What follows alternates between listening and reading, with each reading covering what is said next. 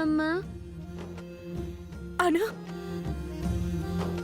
నొప్పిగా ఉందమ్మా? అవునమ్మా.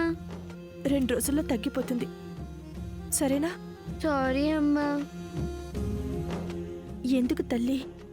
నీకు నచ్చని పని చేశాను కదమ్మా. నాన్న గురించి అడిగి నిన్ను బాధ పెట్టాను.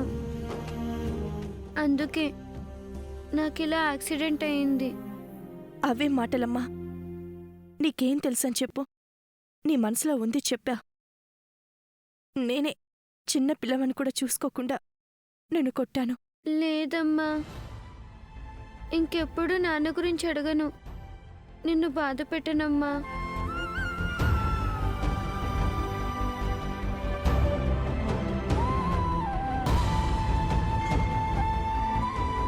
అన్నయ్య, నువ్వు ట్రాఫిక్లో సరిగ్గా నడవాలంటే నీ మాట వినిపించుకోలేదు. నీ మాట వినకుండా తప్పు చేసినందుకు సారీ అన్నయ్య. తప్పు నీది కాదు చెల్లి, నాది. నేను స్కూల్కి వచ్చుంటే నీకు ఇలా జరిగేది కాదుగా.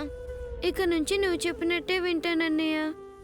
బుద్ధిగా చదువుకుని మంచి మార్క్స్ తెచ్చుకుంటాను. ఇప్పుడు ఎలా ఉందమ్మా? Hi doctor uncle.